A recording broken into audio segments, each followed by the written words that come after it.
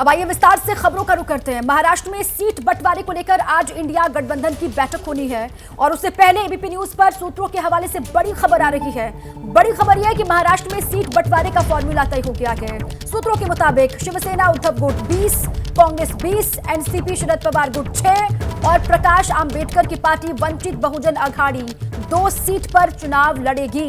ये बड़ी खबर, ये बड़ी राजनीतिक खबर। कांग्रेस 20 सीटों पर, शिवसेना उद्धव गुट 20 सीटों पर और एनसीपी पवार गुट शरद पवार गुट 6 सीटों पर चुनाव लड़ेगा और प्रकाश आंबेडकर की पार्टी वंचित बहुजन अघाड़ी 2 सीटों पर चुनाव लड़ेगी। ये बड़ी राजनीतिक खबर महाराष्ट्र इस वक्त मिल रही है। सीट शेयरिंग फॉर्मूला तय हो गया है महाविकास अघाड़ी में और जो सबसे बड़े शेयर होल्डर्स है इसमें शिवसेना उद्धव गुट 20 सीटों पर चुनाव लड़ रहा है। भारतीय राष्ट्रीय कांग्रेस 20 सीटों पर चुनाव लड़ेगी, 6 सीटों पर एनसीपी शरद पवार गुट चुनाव लड़ेगा और 2 सीटों पर यहां पर प्रकाश अंबेडकर की पार्टी जो है चुनाव लड़ेगी।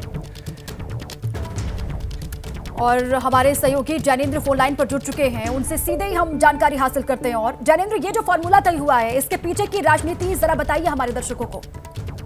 बिल्कुल, देखिए सबसे पहले तो मैं ये बताना चाहता हूँ कि ये संभावित फॉर्मूला है, अभी इस पर मुहर नहीं लगी है। आज शाम 4 बजे कांग्रेस गठबंधन समिति जो है वो शिवसेना और एनसीपी के नेताओं के साथ बैठेगी, सीट बंटवारे को लेकर बातचीत होगी और औपचारिक मुहर जो है वो अभी लगना बाकी है।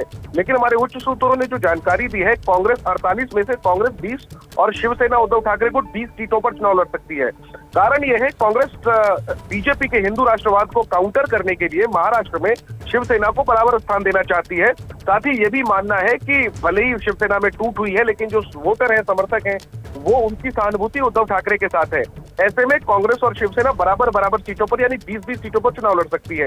जहां तक एनसीपी की बात है, एनसीपी मजबूत क्षेत्रीय दल है महाराष्ट्र का, लेकिन अजीत पवार के अलग होने के बाद अब शरद पवार वाला जो गुट है उसमें ज्यादा नेता बचे नहीं है। शरद पवार खुद है, हालांकि उनके चुनाव लड़ने की संभावना ना के बराबर है। सुप्रिया सुले हैं, जितेंद्र आव्हाड है और इसी तरीके के 1-2 और नेता हैं, ज्यादा नेता बचे नहीं है। ऐसे में शरद पवार को कम सीटों पर समझौता करने के लिए मनाया जाएगा। संभावित तौर पर 6 सीटें एनसीपी शरद पवार गुट के लिए छोड़ी जा सकती हैं और 2 सीट वंचित बहुजन अघाड़ी, जिसकी आपने जानकारी दी, प्रकाश आंबेडकर की पार्टी है।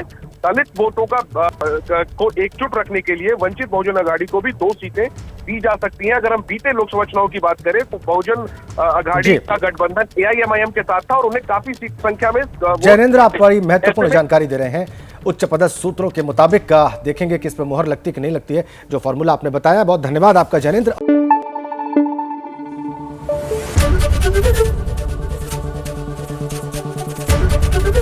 एबीपी न्यूज आपको रखे आगे।